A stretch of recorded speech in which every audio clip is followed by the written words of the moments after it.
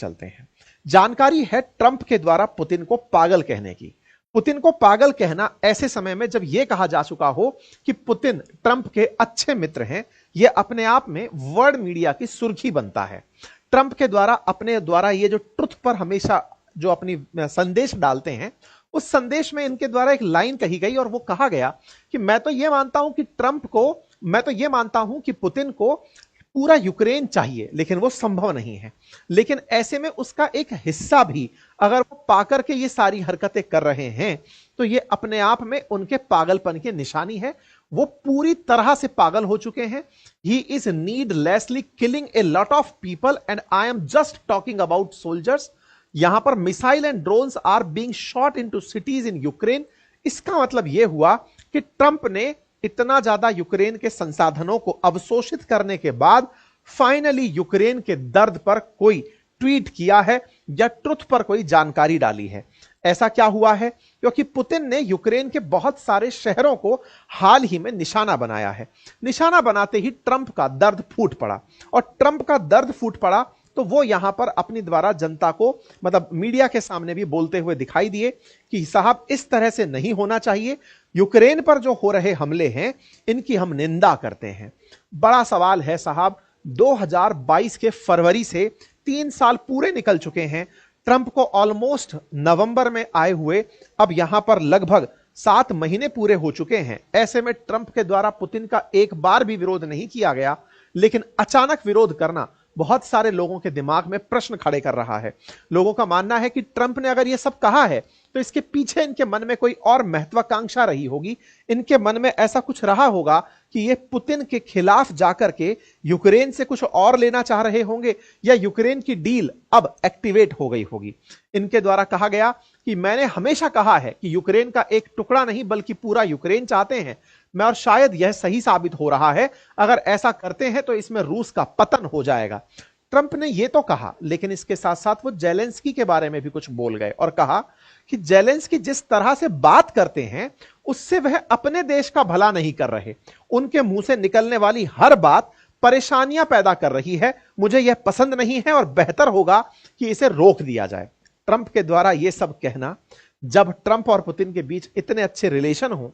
2017 में ट्रंप ने पुतिन से यह तक उम्मीद कर ली थी कि अमेरिका के अंदर साइबर सिक्योरिटी में पुतिन उनकी मदद करेंगे। ट्रंप ने पुतिन को अपने द्वारा हमेशा प्रेज किया है। अक्सर जब भी इलेक्शन कैंपेन भी रहे तो वो जेलेंस्की के खिलाफ रहे या फिर बाइडेन के खिलाफ रहे। यह तक कहा गया कि अगर मैं राष्ट्रपति रहा होता तो रशिया यूक्रेन आपस में संघर्ष ही ना कर रहे होते। ऐसे में ट्रंप के द्वारा पुतिन को कांग्रेचुलेट करना जब प्रिजनर्स का स्वैप हुआ हो, या ट्रंप के द्वारा पुतिन के लिए हमेशा यह कहना कि यूक्रेन जिम्मेदार है जो भी हो रहा है, हमेशा ही यह दर्शाता रहा कि ट्रंप की जीत में कहीं ना कहीं पुतिन का कंट्रीब्यूशन है, या ट्रंप चाहते हैं कि वो पुतिन को ही आगे बढ़ाएं और यूक्रेन के ऊपर कब्जा कर ले जाएं। और ये हुआ भी। जिस तरह से ट्रंप ने यूक्रेन के आधे से अधिक संसाधनों को जिंदगी भर के लिए अमेरिका के अंडर में करवा दिया है, इसका जिक्र हमने पुराने सेशंस में किया भी है। ट्रंप का इलेक्शन जीतकर आना और पुतिन के प्रति नरमी रखना, और ट्रंप के द्वारा लगातार जेलेंस्की को ह्यूमिलिएट करना। इतना ही नहीं, यूएन में जब एक बार रशिया के खिलाफ वोटिंग हो रही थी, उस समय अमेरिका द्वारा रूस के समर्थन में बैठ जाना। यह खबर ज्यादा पुरानी नहीं है, 24 फरवरी की ही खबर है। 24 फरवरी की खबर के बाद में ट्रंप जेलेंस्की को दुनिया के सामने बेइज्जत करते हैं, वो सबने देखा है। ऐसे में ट्रंप के द्वारा जेलेंस्की के बारे में यह कहना कि यह तैयार ही नहीं है उसके लिए शांति स्थापित करने के लिए, मैं हमेशा पुतिन से बात करता रहा हूं। ऐसे में ट्रंप के द्वारा पुतिन को बात की गई, कॉल किया गया, पुतिन के द्वारा कॉल नहीं उठाया गया तो लोगों ने, दुनिया भर के लोगों के द्वारा मजाक बनाया गया। लेकिन अंततोगत्वा जेलेंस्की पर यह प्रेशर टैक्टिक काम आई, और ऐसे में ट्रंप और जेलेंस्की के बीच एक एग्रीमेंट हुआ, और उस एग्रीमेंट के माध्यम से यूक्रेन के संसाधनों पर अमेरिका ने आने वाले समय के लिए लगभग 50% संसाधनों को, रेयर अर्थ मिनरल्स को अपने कब्जे में ले लिया। लेकिन इसके बाद भी पुतिन और ट्रंप नहीं रुके। पुतिन ट्रंप को लगातार बेइज्जत करते रहे। ट्रंप को पुतिन के द्वारा लंबा इंतजार कॉलों पर करवाया जाता रहा। इतना ही नहीं, पुतिन के लिए ट्रंप ने जब यह तय किया कि तुर्की में इनके साथ बैठकर संदेश वो करेंगे, शांति करेंगे, आने से उन्होंने इनकार कर दिया। और इन सब के बीच में खबर बनकर आती है कि रूस तमाम शांति प्रयासों के बीच यूक्रेन पर लगातार हमले करता जा रहा है। इन हमलों के बीच में किसी भी प्रकार की जब शांति वार्ता नहीं चल पाती, तब यह तय होता है कि डोनाल्ड ट्रंप का सिक्का चल ही नहीं पा रहा है।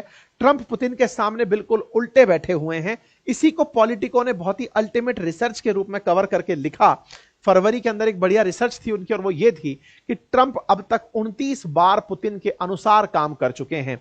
ये फरवरी तक 29 बार काम कर चुके हैं, अर्थात पुतिन जो चाहते थे ट्रंप ने वो सब कुछ किया। उसकी एक पूरी लिस्ट निकल कर आती है कि कब कब ट्रंप ने पुतिन के अकॉर्डिंग काम किया। इसका मतलब कहीं ऐसा तो नहीं कि ट्रंप को इलेक्शन जितवाने में पुतिन ने कोई कॉन्स्पिरेसी की हो। खैर, इतनी सब घटनाएं होने के बाद, इतना महिमा मंडन होने के बाद अचानक आप किसी को पागल करार दे देते हो तो यह सुर्खी बननी तय थी। ऐसे में ट्रंप ने जैसे ही इन्हें कहा कि वो पागल हो गया है, वो समझ नहीं रहा है कि वो क्या कर रहा है, यह अपने आप में एक सुर्खी बनती है। ट्रंप की सुर्खी को लोग भी ब्रेकिंग की तरह लेते हैं, हेडलाइंस बनती हैं और कहा जाता है कि ट्रंप को अचानक क्या हुआ, ये यूक्रेन के साथ कैसे आ गए, कैसे पुतिन के खिलाफ ये बोलने लगे। सब लोग इस तरह की कमेंट्री में उतरने लगे कि क्या हुआ ट्रंप, आप अचानक पुतिन के खिलाफ कैसे हो गए हैं? ट्रंप, क्या आप भूल गए हैं जिस पुतिन के लिए आप कह रहे हैं कि वो पागल हो गया है? वो पागल हो नहीं गया है, वो सन 2000 से ही ऐसा ही है। जब चेचन्या को उसने इस तरह बर्बाद किया, जॉर्जिया को किया, सीरिया को किया, अब यूक्रेन को कर रहा है। तुम्हें बस नजर अब आ रहा है पुतिन तो ऐसे ही थे, पुतिन ऐसे ही थे। तो अब बड़ा सवाल यह है कि ट्रंप को पुतिन में ऐसा क्या नजर आ गया जिसके चलते ट्रंप उखड़ गए? तो हुआ कुछ यूं साथियों, एक दिन पहले पुतिन ने अपनी सेना से यूक्रेन पर एक भयंकर ड्रोन हमला करवाया और उस हमले में 13 लोग मारे गए। आप कहेंगे 13 ही तो मारे गए, कोई ज्यादा बड़ा नंबर थोड़ी है, कितने ड्रोन आ गए थे ऐसे? तो कहा जा रहा है कि जब से यह संघर्ष शुरू हुआ है, अब तक का यह सबसे बड़ा ड्रोन हमला था। 367 ड्रोन एक साथ हमले के लिए निकले थे। 367 ड्रोन में से अधिकांश ड्रोन्स को मार गिराया गया। जो ड्रोन निकले, 367 ड्रोन जो निकले थे, उनमें से 266 ड्रोन और 45 मिसाइलों को यूक्रेन की सुरक्षा में तैनात एयर डिफेंस सिस्टम ने न्यूट्रलाइज कर दिया। लेकिन उसके बावजूद भी जो ड्रोन बच गए, लगभग 100 से अधिक ड्रोन ऐसे थे, वो जाकर के यूक्रेन में हिट कर गए। और उनके हिट करने की जो तस्वीरें आई, शायद उसकी चलते यूट्यूब इसे रोक देगा, लेकिन ये तस्वीर आप सबको देखनी चाहिए। किस तरह से यूक्रेन के अंदर बसे बसाए शहरों में इस तरह से आग लगने के दृश्य दिखाई दिए। हो सकता है कि मेरा ये वीडियो थोड़ी देर बाद यूट्यूब द्वारा ब्लॉक कर दिया जाए। आप देखें किस तरह से यहां पर आप आग लगते हुए देख रहे हैं। ये सारी ऑफिशियल तस्वीरें हैं जो कि जेलेंस्की के द्वारा शेयर की गई हैं, बहुत सारे सरकारी हैंडल्स के द्वारा शेयर की गई हैं। किस तरह से लोगों ने रात में बंकर में छिपकर अपनी जान बचाई। 365 से 367 ड्रोन्स के द्वारा, रूसी ड्रोन्स के द्वारा यूक्रेन पर हमला हुआ। तमाम डिफेंस सिस्टम भी उन ड्रोन हमलों को न्यूट्रलाइज नहीं कर पाए। घरों के हालात आपके सामने हैं। और ये सब हमले जो थे वो जिन क्षेत्रों में ऑलरेडी इनका कब्जा है, उनसे आगे वाले क्षेत्रों में हमले किए गए। मतलब लोहांस्क और डोनास्क से आगे वाला जो रूस की तरफ वाला हिस्सा है, उन क्षेत्रों में यह हमले ऑब्जर्व किए गए थे। ऐसे में अब सवाल बनता है कि अचानक पुतिन को ऐसा हुआ क्या जो इतने सारे हमले 25 तारीख के दिन करा दिए। जेलेंस्की ने बकायदा अपने उस पर डालकर के ट्वीट पर यह जानकारी दी कि देखिए हमारे साथ क्या हो रहा है, कैसे रात भर हमारी मशीनें काम कर रही हैं और हमारे लिए अब यह हर दिन का हो गया है। दुनिया वाले जब तक युद्ध शांति की वार्ता नहीं रखते, यूक्रेन इसी तरह से जूझता रहेगा, परेशानियां बनी रहेंगी। हम चाहते हैं कि कोई आए और हमारे बीच मध्यस्थता करवाए, लेकिन ऐसी कोई परिस्थिति अभी बनती हुई नजर आ नहीं रही है। इस बात को लेकर के मैक्रोन ने भी सब तरफ से इस बात की भत्सरना होने लगी कि यार ये क्या चल रहा है, आपकी बातें पुतिन मान क्यों नहीं रहे हैं। पुतिन और जेलेंस्की के बीच में शांति समझौता कराने का जो ट्रंप का वादा है, ये खोखला ही क्यों रह गया। ये तो कह रहे थे कि मेरे आने के 24 घंटे बाद ही सब रुक जाएगा, तो रुका क्यों नहीं। ये इस तरह से घटनाएं क्यों हो रही हैं, तो इसके पीछे कारण क्या था, अब वो जान लेते हैं। असल में हुआ क्या कि पुतिन ने यह हमला 25 को करवाया, लेकिन इससे पहले एक खबर और बनी थी। और वो खबर क्या थी कि पुतिन के हेलीकॉप्टर के ऊपर यूक्रेन की वायुसेना के द्वारा ड्रोन्स से हमले करवाए गए थे। यह घटना कब की है? तो असल में हुआ क्या कि पुतिन जो है ये कुर्स्क रीजन के अंदर विजिट करने के लिए गए थे। अब ये कुर्स्क रीजन अगर याद हो तो याद करिए, ये वो क्षेत्र है जिस पर यूक्रेन ने कब्जा कर लिया था। रूस का हिस्सा है, यूक्रेन द्वारा कब्जा कर लिया गया था इस क्षेत्र के ऊपर। ध्यान आ रहा हो तो हमने इस पर सेशन भी किया था कि यूक्रेन अंदर एंट्री कर गया था रूस में, और रूस इस बात को यह कह रहा था कि विश्व युद्ध के बाद यह पहली बार है कि रूस के किसी हिस्से पर किसी ने कब्जा किया। कुर्स्क क्षेत्र पर जब कब्जा हुआ तो पुतिन ने अपनी सेना को आदेश दिया। इतने समय से कब्जा चल रहा था जिसके चलते नॉर्थ कोरिया वगैरह को सबको साथ ले आए थे पुतिन, दुनिया के अंदर एक सेंटिमेंट बनाने के लिए कि हम पर हमला हुआ है। लेकिन इन्होंने अपनी सेना को बोला कि भाई अब हो गया बहुत दिन तमाशा, अब निकालो इन सबको लोग वापस। तो भाई साहब, रूसी सेना ने यूक्रेन के द्वारा जो कब्जाया हुआ क्षेत्र था उसे पूरी तरह से भगा दिया। अब यूक्रेनी सेना को भगा दिया तो यूक्रेनी सेना ने बहुत सारी जगह पर लैंड माइंस लगाई हुई थी, जमीन के अंदर माइंस लगाई हुई थी ताकि रूस की सेना आए तो वो ब्लास्ट हो जाए। ऐसे में उनकी सेना के द्वारा सारी लैंड माइंस को हटाया गया।